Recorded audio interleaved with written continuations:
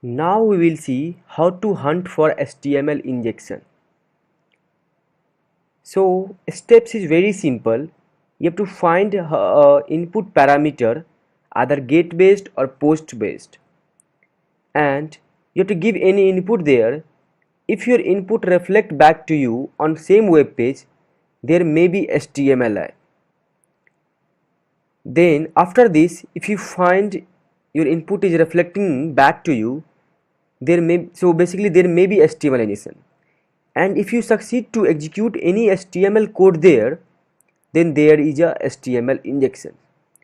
So I will do step by step. First I will find an input parameter, either get based or post based.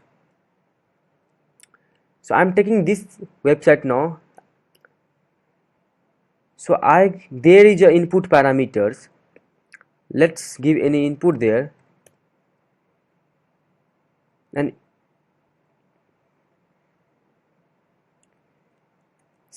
if your input reflect back to you on a web page, there may be HTML. So my input reflect back to me, and that means there is a HTML. Now I will try to execute any of the HTML code. So it's a very simple HTML code is this h1.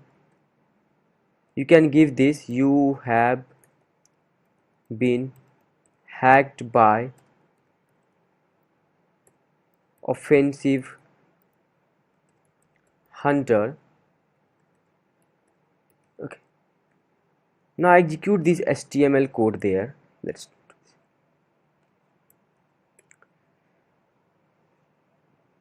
and if this executed successfully, then there is a HTML injection. Let's try to execute on some get based. Let's try there. I'm giving here hello, and hello is reflecting back to me on the web page. So I will try to execute here this code. See, it's executed successfully. Let's try on some of the post parameter also.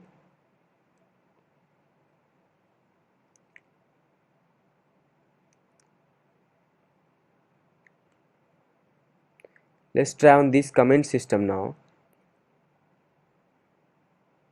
So there is a two parameter, one is name and other one is comment, and I don't know which one is vulnerable.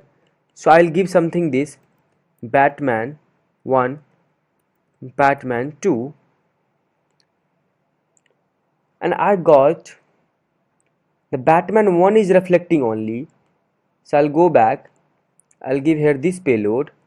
Let's submit. What happened? See this? So they are executing my HTML code. So there is a HTML injection. Now if I will do this, let's try this hello, and there is also a parameter in get. Now if I'll do this hello here, but hello is not reflecting, so we cannot execute any of the HTML code there. So this is not vulnerable, this parameter is not vulnerable. So I hope it's clear to you now how to find HTML injection. We'll see the live demonstrations after this.